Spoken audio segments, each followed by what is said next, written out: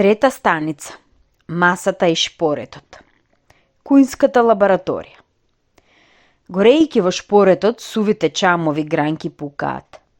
Пламенот, весел како некој музикант, ја предизвикува публиката на собрана на шпоретот да игра и да подскокнува. Синиот емајлиран чајник како шапка го фрла својот капак високо и го фаќа во летањето. Железната тава шушка и се тресе од возбудување. Дури големото црно тенџере, заборавајќи на своето достоинство, бесно колку што може, го поттура со врела вода својот сосед, скромниот бронзен лонец.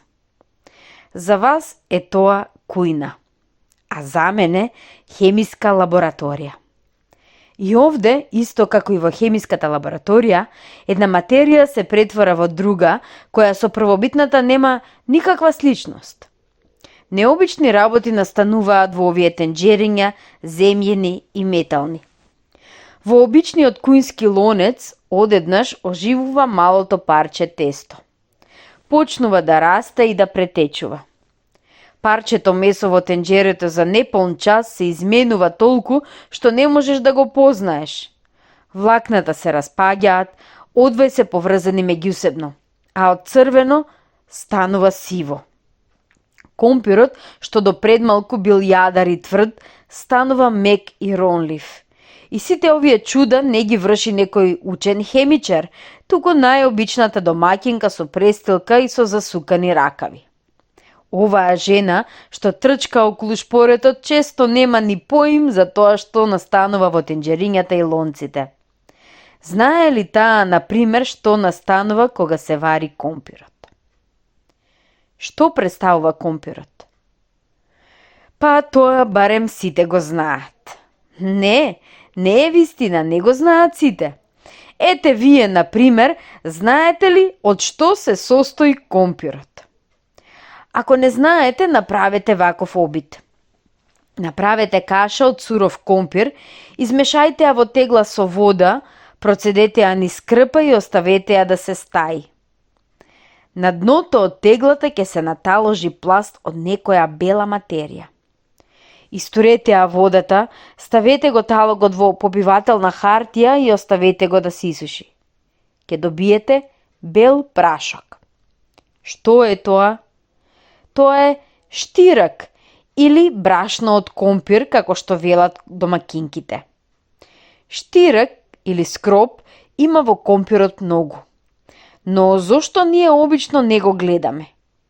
Затоа што скробните зрна во компирот се скриени, како во магазин, во мали снопчиња, клетки.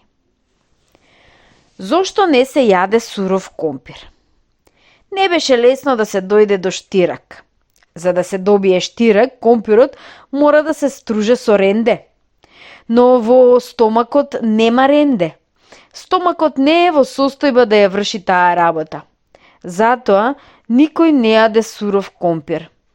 Кога компирот се вари, поради загревање, ѕидовите од клетките пукаат и водата навлегува во скробните зрнца.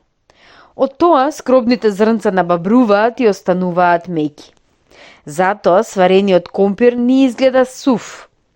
Скробните зрнца ја впиваат во себе сета вода. Ете зошто компирот е сив кога ќе се извади од водата.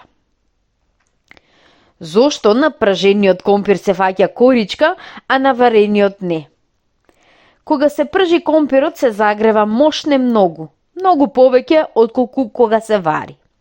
Од силната топлина скробот што се наоѓа на површината на компирот се претвора во декстрин, лепило што ги спојува раздвоените скробни зрнца во румена кора. Сигурно повеќе пати сте се служиле со лепило од декстрин, а не сте ни знаеле од што е направено. Со тоа лепило, меѓу другото, се лепат и етикетите на аптекарските шишенца. Зошто се цврсти штирканите долни алишта? Кога алиштата се пеглаат со врела пегла, поради високата температура штиракот се претвора во декстрин. На алиштата се создава тврда коричка, слична на онаа на компирот. Затоа ете и штирканите јаки се толку тврди што го драскаат вратот. Од каде кора на лебот?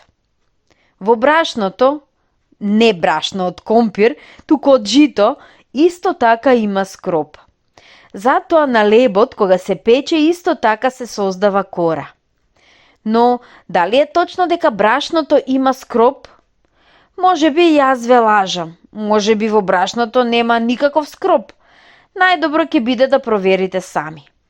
Завиткајте како во врекичка едно парче тесто во парче крпа и измите го тестото со чаша вода, цедејќи го при тоа постојано.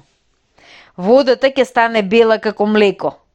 Оставете ја да се стаи и ќе видите дека на дното ќе се насобере ист онаков талок како што видовме кај компирот. Значи, ви ја кажа вистината, и во брашното има скроп. Зошто лебот станува тврд? Измивајте една врекичка со брашно под чешма додека сиот скроп не исчезне. Во неа ќе остане парче леплива и растеглива смеса. Тоа е лепило. Ова лепило има едно својство по кое може лесно да се познае. Кога ќе постои 2-3 часа, тоа ќе стане тврдо и кршливо како стакло. Сега знаете зошто лебот станува тврд. Лепилото што се наоѓа во него станува тврдо и крто. Зошто тестото нараснува кога во него ќе се стави квасец? Од истата причина од која и гумената топка се надувува кога ќе се наполни со воздух. Самото тесто, како и гумата, се состои од исто толку растегливо лепило, но наместо воздух во него има јаглероден диоксид. Кога кај вас се меси леб, земете едно парче тесто. Ставете го во тегла и покрите го со нешто. На вториот ден внимателно отворете ја теглата и ставете во неа запалено кибриче. Кибричето веднаш ќе се угасне. Зошто? Затоа што во теглата се насобрал јаглероден диоксид. Кога во тестото се става квасец, во него се создаваат многу меури од јаглеродна киселина. Ете, тие меурчиња поради тоа нас раснува тестото. Од каде сега јаглеродна киселина или јаглероден диоксид? Неа ја произведува квасецот од тестото. Секое печурче од квасецот е мала хемиска фабрика што произведува јаглеродна киселина. Зошто е средината од лебот дупчеста? Кога тестото ќе се стави во печка, лепилото се суши поради топлината и станува ронливо. Врекичката, која толку долго време го држеше заробеништвото, односно јаглеродниот диоксид, пука и го ослободува. Затоа е лебот толку дупчест и ронлив. Секое дупче во средината на лебот е трага што ја оставил меурот од јаглеродниот диоксид. Хемиската историја на лебот. Сега можам да ви ја прикажам целата историја на лебот. Така се ќе ви биде јасно и сватливо. Домакинката реши да пече леб. Во голема чинија стави вода, стави квасец, сол, тури брашно и откако ги засуга ракавите на длактите, почна да меси. Лепилото ги залепи лесните ронливи грудчиња брашно во едно големо меко парче. Домакинката го покри лонецот и го стави на топло место. Овде е почетокот. Кога ќе дојде во тестото, квасецот ја започна својата редовна работа – да произведува јаглероден диоксид. Кога во тестото не би имало лепило, јаглеродниот диоксид брзо би изветрил. Но лепилото, еластично и растегливо, не дозволува гасните меурчиња да излезат надвор. Колку и да се труди гасот да излезе и да ги пробие зидовите од својот затвор. Тој сепак не успева да ја скине растегливата врекичка од лепило. Тестото станува живо. Почнува да мрда, се повеќе и повеќе расте, како да сака да излезе од чинијата. Но затоа сега тоа се става во печка. Овдека настануваат многу и разни промени. На површината од лебот, каде што е топлината најголема, скробот се претвора во декстрин. Настанува тврда коричка. Во средината на лебот, скробот набабрува како кај варениот компир и станува мек. Лепилото се суши, прска и го ослободува јаглеродниот диоксид. И најпосле, пријатна миризба на свеж леб се шири по собата. Што е супата? Мнозина мислат дека супата е мношно хранливо јадење. Меѓутоа, хранливи состојки во супата има малку повеќе отколку во обичната вода. Во една чинија супа има 19 лажици вода, а само една лажица од разни други примеси. Ако супата се вари се дотогаш додека сета вода не се испари, на дното од лонецот нема да остане речиси ништо.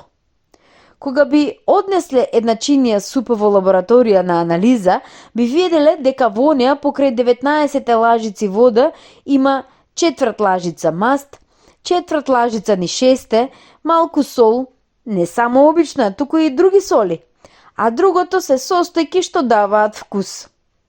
Така се вика онаа состојка од месо што го прави вкусно, а што при варењето се претвора во водата. Но не само во супата, туку во се што јадеме има многу повеќе вода отколку што ни се чини на прв поглед. Во зеленчикот има толку многу вода што кога ќе се исуши тој станува лесен како пердув. Во 1 килограм месо има околу 700 грама вода. Во компирот исто толку. Зошто јадеме месо? Готови сме со супата. Можеме да му придеме на месото. Кога би направиле анализа на месото, би увиделе дека во него, како и во супата, има вода, состојки што даваат вкус и сол. Но покрај ова, во него има уште една состојка што во супата има мошне малку. Белтачината. Кога месото се вари, еден дел од белтачините се згрутчува и излегува на површината во вид на пена. Оваа пена домаќинките ја вадат од шупливата лажица за да биде супата поубава. А тоа е сосема безмислено, зашто белтачината во месото е многу хранлива материја. Без белтачини не би можеле да живееме, зашто и нашето собствено тело, како и говецкото и телешкото, речиси целото се состои од вода и белтачини. Ако се храниме со храна во која има многу маст, шеќер и скроп, а воопшто нема белтачини, порано или подоцна ние ќе умреме поради недостиг на материи што го сочинуваат нашето тело. Но и само со белтачини, например, само со месо, не може да се живее. Кога би се хранеле само со месо, би морале да јадеме по 2 до 3 килограма дневно, што не би издржал ни најздрав желудник. Тоа значи дека ни се потребни и маснотиите, и јаглеродните хидрати и белтачините. Тие ни служат како гориво што прегорува и ја движи целата наша машина и како главни состојки што го сочинуваат нашето тело. Вештачка храна. Може точно да се пресмета на човека колку му се нужни белтачини, маснотија, јаглеродни хидрати и сол. Но, ако е така, зарем не би можела да се направи вештачка храна од смеша на овие материи? Вештачко млеко, вештачки леб, вештачко месо? Пред 60 години рускиот научник Лунин се обиде да направи вештачко млеко. Тој зеде точно онолку масноти, белтачини, јаглеродни хидрати, сол и вода, колку што содржи млекото и од нив направи смеша. Доби млеко кое ни по изглед, ни по вкус, со ништо не се разликуваше од природното. За да го провери тоа, Лунин се обиде со ова млеко да храни глувци. И што стана? Глувците што се хранеа со ова вештачко млеко изгинаа сите до еден, додека глувците што се хранеа со природно млеко останаа живи и здрави. Беше јасно дека во природното млеко, покрај маснотиите, јаглеродните хидрати, белтачините и солта, има уште нешто, мошне важно, што го нема во вештачкото млеко. Се зафатиле луѓето тоа нешто да го пронајдат со хемиска анализа, но тоа никако не им поаѓало од рака. Во млекото изгледа тоа е во многу мало количество. Такви обиди се вршени и во другите земји. Научниците ги приготвувале сите возможни вештачки смеси и со нив хранеле животни, но сите обиди завршувале сосема исто. Животните изгинувале од вештачката храна, во која немало некои состојки неопходни за живот. Тогаш се сетиле дека и луѓето често умираат поради недостиг на некои материи во храната, без кои не е возможен животот. Одамна, например, се знаело дека луѓето заболуваат и умираат поради недостиг на свеж зеленчук и овошје. Тоа особено често се случувало за време на далечни патувања. Патувањето во прекуокеанските земји траело понекогаш по неколку месеци. Морнарите на бродовите морале да се хранат само со солено месо и пексимит, и затоа имало случаи кога бродовите со морепловци ги запирал скорбутот, а не бурата и гусарите. Скорбутот за малку не го спречил прочениот морепловец Васко да Гама да го заврши своето патување. Од 160 луѓе во екипажот, 100 изумреле од скорбут.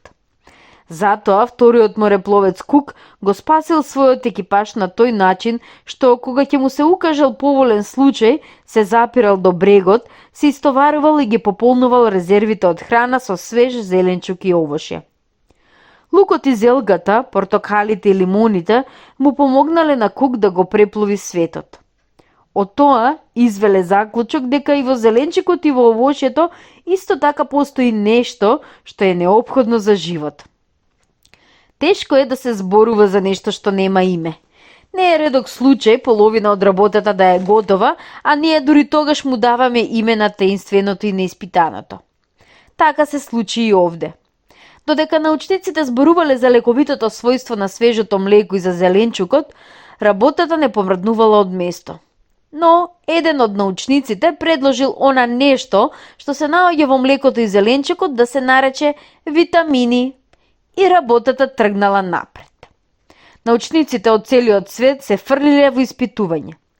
Во текот на 30 години се извршени десетина илјади опити. До денеска веќе се пронајдени повеќе витамини. Еден од нив е витаминот А, што ни помага да растеме. Вториот е витаминот Д, што не чува од рахитиц. Третиот е витаминот С, што го спречува скорбутот. Кога пиете рибино масло, знаете дека секоја лажица од тоа масло ги јакне вашите коски и мускули, зашто во рибиното масло има витамин Д. Кога пиете млеко, знаете дека во секоја чаша има нешто што го забрзува вашето растење. Тоа е витаминот А. А јаболката и портокалите не чуваат од скорбутот, млитавост и слабост. За витамините денеска се интересираат не само научниците, туку и луѓе што се занимаваат со народна исхрана. Создадени се таблици од кои се гледа колку пати зелката има повеќе витамин од салатата или колку пати млекото има помалку витамини од путерот. Луѓето успеја некои витамини да ги направат по вештачки пат. Постои веќе вештачки витамин Д. Еден негов грам заменува половина тон рибино масло. Направен е и витаминот С, кој е подобар од вистинскиот, зашто не се расипува при варење и печење. Ручек во шише. Може би најдобра храна на светот е она со која животните ги хранат своите малечки – млекото. Охранливите состојки што се наоѓаат во млекото се развиваат мускулите, кожата, коските, канџите и забите. Млекото го претвора безпомошното лавче во силен звер, чие рикање тресе карпи. Огромниот кит, како и малото морско прасе, исхранети се со млеко. Во млекото има се што му е нужно на малечкото. Во него има и вода, и масноти, и шекер, и белтачини, и сол, и витамини. Маста плива во млекото во вид на голем број мали капки. Бидејќи маста е полесна од водата, таа пополека излегува на површината, прави пласт од кајмак. Кога кајмакот се разматува, се добива путер.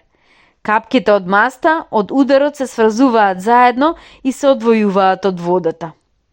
Ако кајмакот долго го матите во затворено шише, и сами можете да направите путер. Зошто млекото се скиселува? Кога стои ден или два, млекото се скиселува. Но млекото може да се скисели да се претвори во сладко сирење, не за 2 дена, туку за 2 секунди. За да се постигне тоа, треба само да му додадеме малку киселина и веднаш ќе се издвои сирењето. Сладкото сирење, тоа е казеин, млечна пелтачина. Во млекото таа е растворена како шеќерот во водата. Меѓутоа, ако на млекото му се додаде киселина, казеинот ќе се издвои заедно со маснотијата. Но ако во млекото никој не става киселина, зошто сепак тоа се скиселува? За тоа се виновни малите габички во вид на квасец, што секогаш ги има во воздухот. Кога ќе паднат во млекото, тие се фрлаат на работа и го претвараат млечниот шеќер во млечна киселина, а од киселината млекото се посирува. За да не се скисели, млекото треба да се свари, зашто во вриењето габичките изгинуваат. Има случаи млекото да се скисели при варењето. Тоа настанува затоа што габичките веќе успеале да ја свршат својата работа и да направат киселина. Зошто е сирењето дупчесто? Ако сладко сирење се остави подолго време во визба, габичките ќе ја продолжат својата работа и сладкото сирење на крајот ќе стане превриено. Дупчињето на сирењето, како и дупчињето на лебот, ги прави јаглеродниот диоксид. Од каде овдека јаглероден диоксид? Па го произведуваат габичките. Што се јадело во старо време? Некогаш луѓето не знаеле да обработуваат полиња и се хранеле речиси само со месо. Јаделе не само животни и птици, што ќе ги отепале во лов, туку и заробеници што ќе ги заробиле во војната. Еден од првите северноамерикански колонисти раскажува дека индијанските ловци занемеле од чудо кога ги виделе пченичните полиња на белците. Еве што им рекол главатарот на едно племе на своите другари. Белците се посилни од нас затоа што тие се хранат со зрна, а ние со месо. До месо е тешко да се дојде. На месото му се потребни неколку години додека порасне, а секое волшебно зрно што го фрлаат белците во земјата им се враќа со 100 други, веднаш по неколку месеци. Месото што го јадеме ние има 4 нози и може да избега од нас, зашто ние имаме само 2 за да го стигнеме. Зрната пак остануваат и растам таму каде што се фрлаат. Зиме ние земнеме по шумите, поминуваме цели денови во лов, а белците се одмараат дома. На секого од вас, кој сака да ме чуе, му велам, пред да загинат стеблата околу вашите куќи, луѓето што јадат зрна, ќе ги победат луѓето што се хранат со месо. Тешко е да се каже кога човекот го фрлил првото зрно в земја. На старите египетски пирамиди веќе наоѓаме слики со луѓе што ронат зрна меѓу два камиња. Предокот на нашиот леб малку личел на леб. Тоа просто била каша од изронети зрна измешани со вода. Се случувало кашата да се исуши. Парчињата од сувата каша тогаш го заменувале левот на луѓето. Дури и денеска на исток се прават питарки од пресно пченкарно тесто. Не бил редок случај зрнестата каша да се скисели и да стане трошна и помека. Луѓето што се сетиле да ја заменат киселата каша со свежо сомелени зрна, биле пронајдувачните на левот. Зошто кашата се скиселила? Затоа што од воздухот вонеа навлегле квасни и млечни габички, оти по воздухот летаат многу такви ситни габички, а меѓу нив биле и тие. Изминале многу години пред да научат луѓето добро да ја обработуваат земјата и да печат леб. Уште пред 200 години средноимотните луѓе јаделе леб, каков што денеска веќе никој не јаде. Најобичниот компир не го јаделе дури ни богатите. Во Европа компирот се јавил не многу одамна. Тоа е по потекло од далечните земји, од Јужна Америка. Од таму го донеле во 16 век, заедно со другите прекуморски ретки растенија. Во прво време компирот не се садел по ниви, туку во саксии, и тоа само кај љубителите на ретки растенија. Пиеме ли одамна чај и кафе? При ручење пиеа пиво и ракија, а по јадење медовина. Тоа го пишува патникот Кемфер, што престојува во Москва во 17 век. Во тоа време кај нас за чај и кафе уште не се ни знаело. Најпосле во 1610 година за прв пат чајот е донесен во Европа. Го донеле холандските трговци од далечниот остров Јава. Трговците по обичај почнале да ја фалат својата стока. Чајот го нарекле божествена храна. Советувале да се пие по 40 до 50 чаши на ден, во секое време на денот и ноќта. Еден холандски лекар наместо лекови против разни болести пропишувал чај. Всушност, чајот и не е треба. Тој се прави од ливчиња. Поради тоа чајот не е никаков лек. Самиот чај е дури и штетен за здравјето. Во прво време чајот го пиеле само богатите луѓе, зашто во тоа време тој бил многу скап. Веднаш по чајот се јавило и кафето. Француските трговци што патувале по Турција и Египет уште одамна раскажувале за тамошното чудотворно дрво. Од семето на тоа дрво турците правеле пијалок што го викале каова или кофа, а го пиеле наместо вино по крчмите. Овој пијалок ги растерувал тагата, го јакнал желудникот и го правил човекот посилен и поздрав. Наскоро, кафето се појавило на официјалниот ручек на францускиот крал. По кралот тргнале херцозите, по херцозите грофовите, виконтите, но по благородниците со титла и благородниците без титла, трговците, лекарите и адвокатите. Се отвориле многу кафеани во кои луѓето поминувале цели денови. Тоа што било примено во дворот, одеднаш станало мода. Чоколадото е примено со многу поголема доверба од кафето. Се велело дека чоколадото не требало да ги храни луѓето, туку свињите, дека тоа ја расипувало крвта и дека можело дури да ги убие човека. Вистина, чоколадото што го донесло од Мексико прочиениот морепловец Кортес воопшто не личело на денешново. Мексиканците чоколадото го правеле од смешана какао, пченка и црн пипер и без никаков шеќер. Дури подоцна чоколадото почнало да се приготвува на сегашниот начин.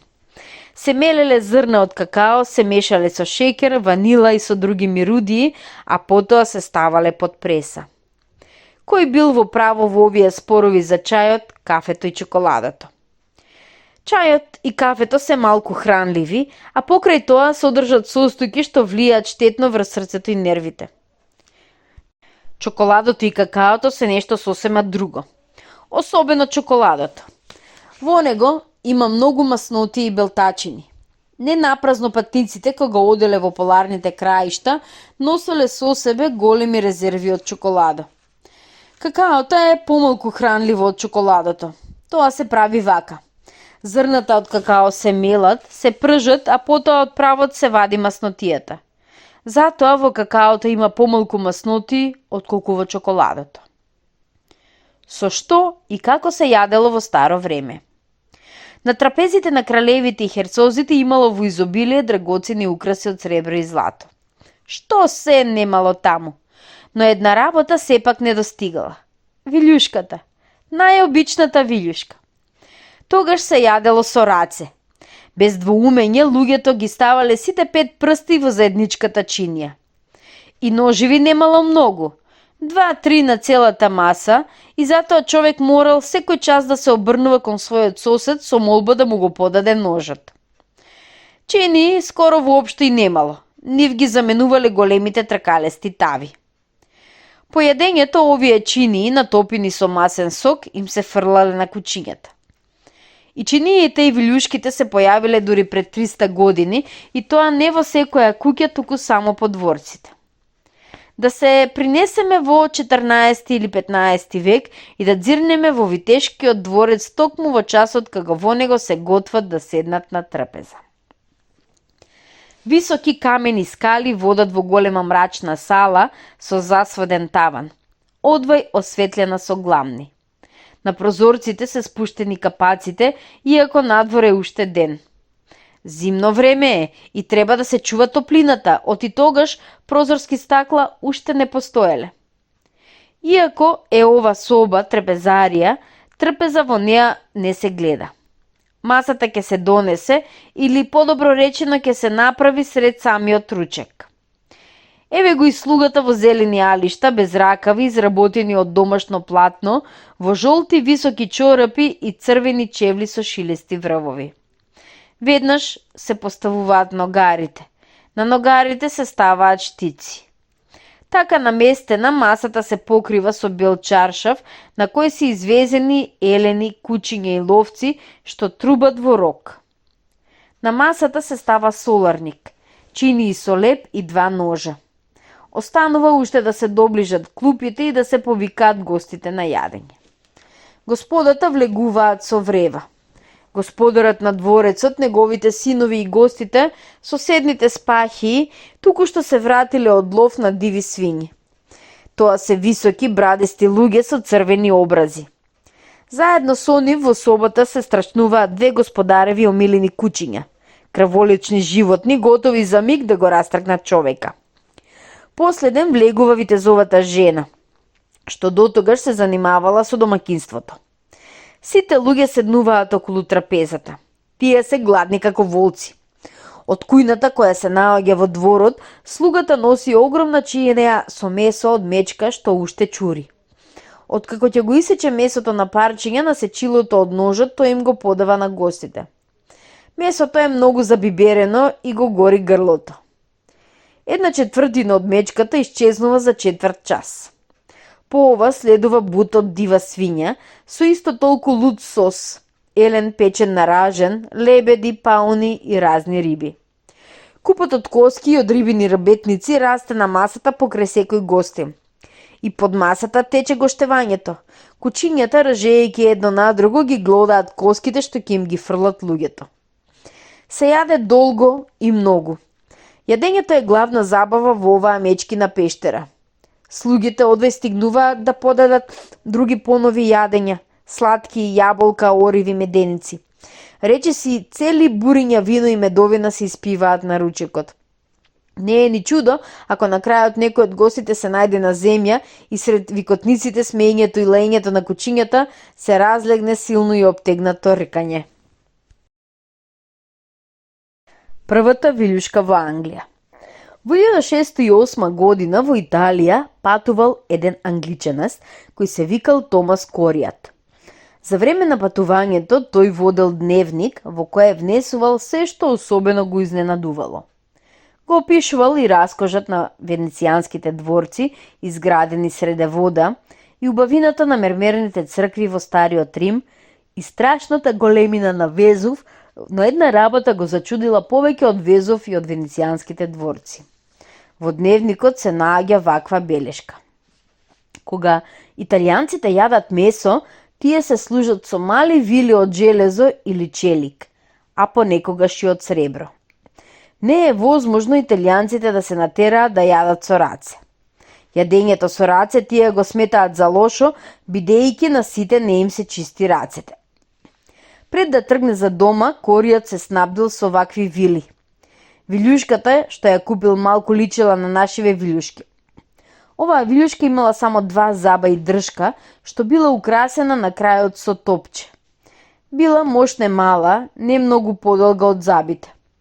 Воопшто, овој инструмент повеќе личел на диапазон, звучно вилјувче, отколку на вилјушка. Кога стигнал дома, Коријат решил да се пофали пред пријателите и познатите со својот купен предмет. На официјалниот ручек, тој ја извадил од џеб вилјушката и почнал да јаде на италијански начин. Сите погледи биле управени кон него. А кога тој им објаснил дека каков е тој предмет во неговите раце, сите посакале одблизу да го видат италијанскиот инструмент за јадење. Вилјушката ја минала целата трпеза. Дамите биле воскитени од фината изработка, а мажите се чуделе на италијанската досетливост. Но сите едногласно се согласиле дека италијанците се големи особеници и дека јадењето со вилјушка не е ни малку згодно. Томас Коријат почнал да се расправа, докажувајќи дека не е убаво да се зема месо со раце, зашто рацете на сите не им се чисти. Ова предизвикало општо незадоволство. Зарем господин Коријат мисли дека во Англија никој пред јадење не ги мие рацете? Зарем ни се малку 10 прсти што ни ги дала природата, туку мораме да им додаваме уште 2 вештачки. Така тој ни покаже дали е лесно да се ракува со оваа незгодна вила. Коријат сакал да ја покаже својата вештина, но првото парче месо земено од чинијата паднало од вилјушката. На смеењето и на шегата немало крај.